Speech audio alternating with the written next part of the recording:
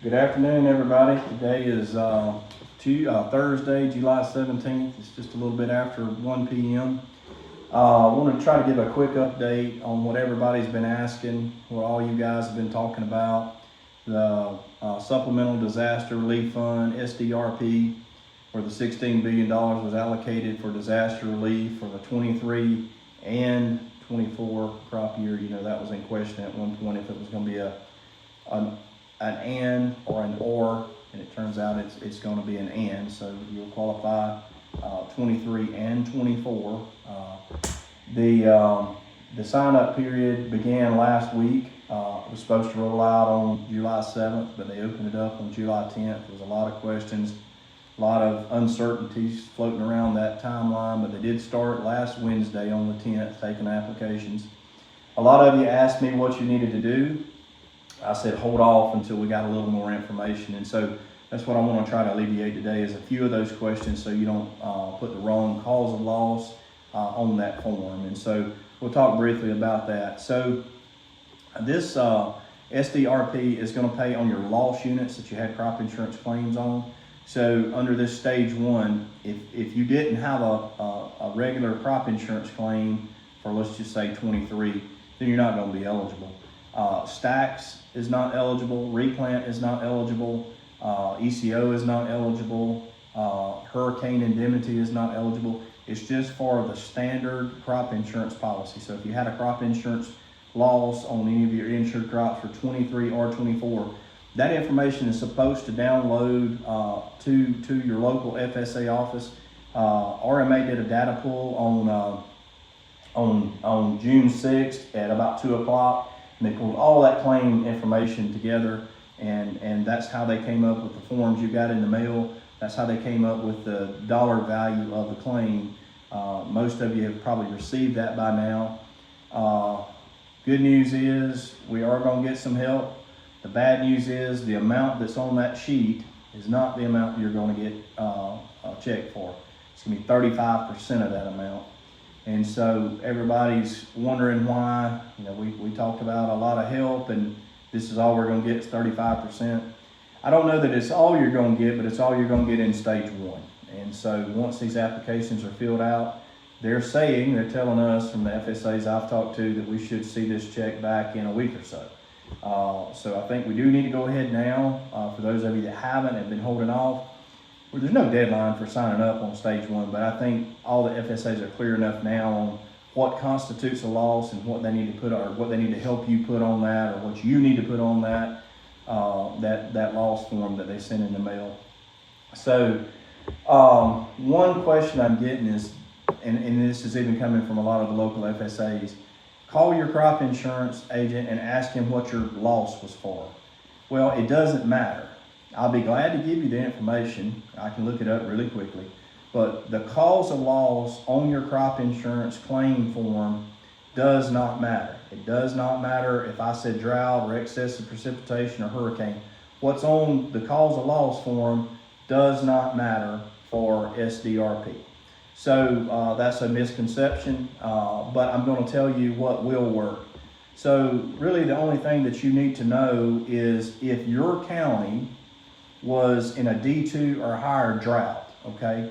So if you were in a drought county, no matter what I put for the cause of loss, if your county triggered for D2 or higher drought in 23 or 24, you can just simply write on that form drought, okay? But if you're not in a D2 county, then you need to write excessive heat, or if you're in a hurricane county, you can write hurricane, tropical depression, or excessive precipitation. So let me say that again. If you're in a D2 or higher drought county and you had a claim for that year, 23 or 24, just simply write drought. If your county was not a D2 or higher county, you need to put another cause of loss. You can't put drought unless you're in the D2 or higher county. So I'm going to give you a list of those counties, and I'm also going to put a link in the video as to where you can go look for your county. Now by this time, FSA should know and should be able to help you walk through that. But I'm going to read through them real quick in the counties that we're most concerned with. So here's your 23 drought counties, and we're going to put this in the video here. Baldwin County, Bibb County, Chilton County, Choctaw, Clark, Coffee, Conecuh, Covington, Crenshaw, Dale, Escambia, Geneva, Greene, Hale, Houston, Mobile, Monroe, Perry, Shelby, Sumter, Talladega, Tuscaloosa, Washington, and Wilcox. All those for 2023 are D2 plus drought counties. So if you've got a claim for that year, simply write drought. I think I covered every county that I've got a policy in. For Florida for 2023, Bay County, Escambia County, Holmes County, Jackson County, Santa Rosa County, Walton County, and Washington County. Those are the counties I have business in. That's the 23 D2 drought or higher counties. If you're in that county and you had a claim for 23, simply write drought. Here's the 2024 counties. In Alabama, Autauga, Bibb, Chilton, Choctaw, Clark, Dallas, Greene, Hale, Lowndes, Marengo, Mobile, Perry, Shelby, Sumter, Talladega, and Wilcox. None of the counties that I write in Florida in 24 were D2 drought counties.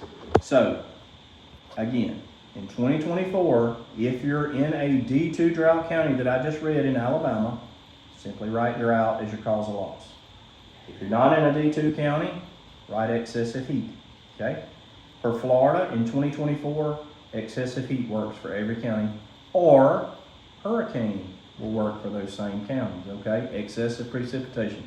Just don't put drought unless it was a county that hit D2 or higher for that crop year. Now, you say, well, you didn't say anything about the Georgia counties. 23 and 24, just put hurricane. All of the Georgia counties will work for hurricane, excessive precipitation, or tropical storm. That takes care of Georgia. Georgia's the same, 23 and 24, no issues.